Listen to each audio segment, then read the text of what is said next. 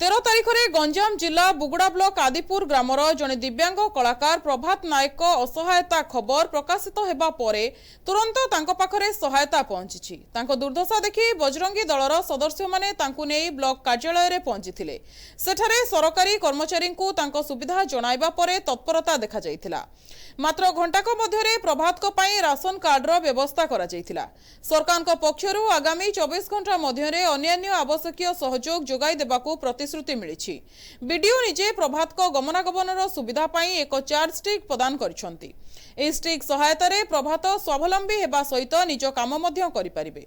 सरकारी अधिकारी माने तांको घर को जाई समस्त असुविधा बुझिसंती। भविष्यत रे तांकर समस्त आवश्यकता पूरण पाई सेमाने सक्रिय सहयोगर भरोसा मध्य दैछंती। एही कार्यानुष्ठान द्वारा दिव्यांग प्रभात को मुहरे हस फुटी उठिछि। परिशेष रे बजरंगी दलर कर्मी माने एहीपरि न्यूज लोकलोचन को आनिथिबारु एनटीवी रो समस्त टीम को धन्यवाद सह आगामी दिन रे एभली कार्य जारी रखिबाकू उत्साहित मध्य करिसंती।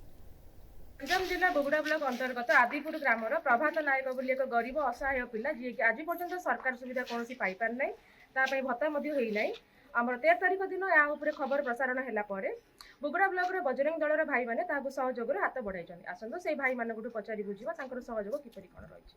मार्च 13 तारिख दिन एनटीवी रे प्रसारण माध्यम लोकलोचन आसथिबा आम आदिपुर ग्रामर प्रभात नायक भाई को जहाँकि राशन कार्ड हो पार्टी और दिव्यांग सब राशन कार्ड सहित भोट कार्ड हो सहायता हो सरकार साहाय्य कर आम समस्त को धन्यवाद दौर बजर दल तरफ आसुवा समस्त भाई माने प्रशासन को धन्यवाद दौर।